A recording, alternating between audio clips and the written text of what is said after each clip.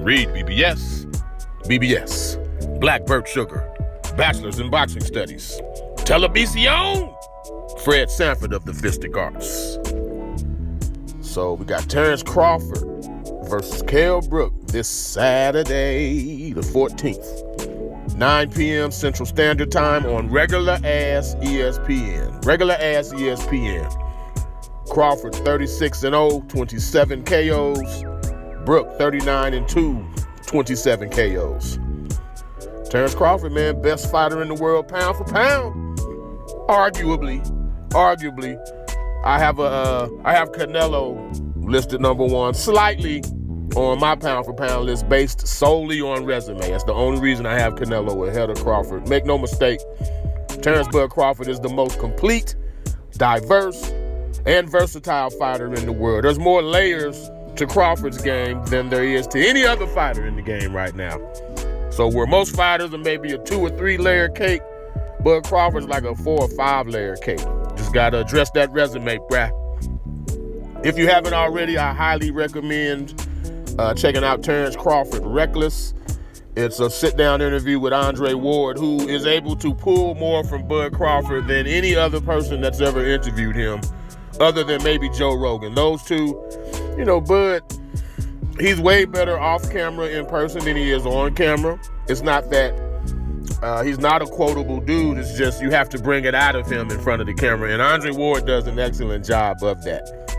Among other things, Bud said, I take them how they come and I make them look ordinary. It's win or get carried out on a stretcher for me. In terms of when he has an opponent hurt, he said, I'm like a lion chasing a 3-legged gazelle. It's food. Smartly, he said he didn't want Errol Spence coming off the accident because he knew he'd get no credit for it. And he took exception to Spence calling himself the big fish. And in response said, you can't be the big fish if you ain't fought Orca yet.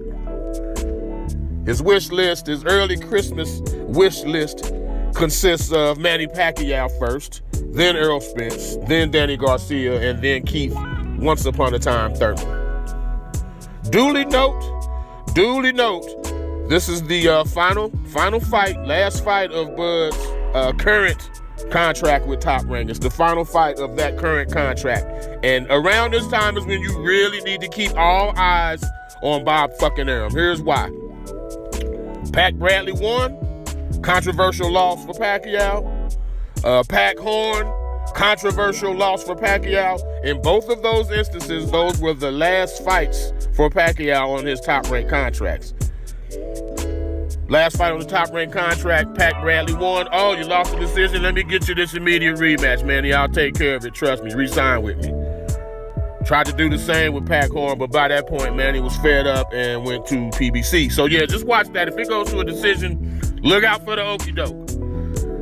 KELL Brook, 7-1 underdog. My man looked in ridiculous shape at the weigh-in.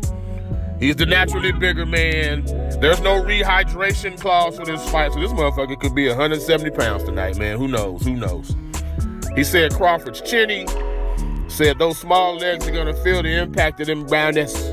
Them brownies gonna hit them. I'm ready. KELL's confident. He's talking about making Crawford quit on his stool, which, I mean, Brook himself has done twice. Well, the Triple G fight, they threw in the towel. Second one, Spence fight, yeah, he quit on his stool, dude. Like, it's like this. By the grace of God, I've never fractured anything, least of all bones in my fucking face. But at the same time, it was kind of a desperate look for Brook to even go there. Why would you even suggest quitting on a stool when everyone involved knows that you did that? It just wasn't a good look. Like, don't even revisit that space or try to suggest it towards Crawford, you know, or no, it just wasn't a good look.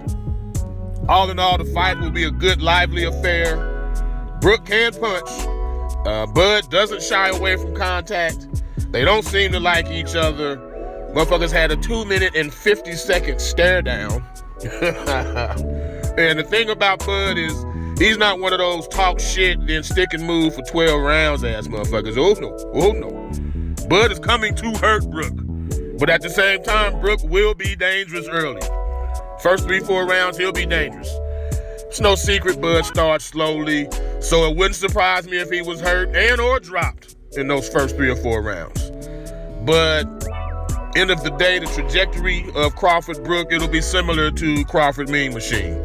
Brook will have his moments, but Crawford will adjust. He will adapt on the fly, start whooping KELL's ass by about the 5th or 6th round, and stop him no later than the 9th. Book it.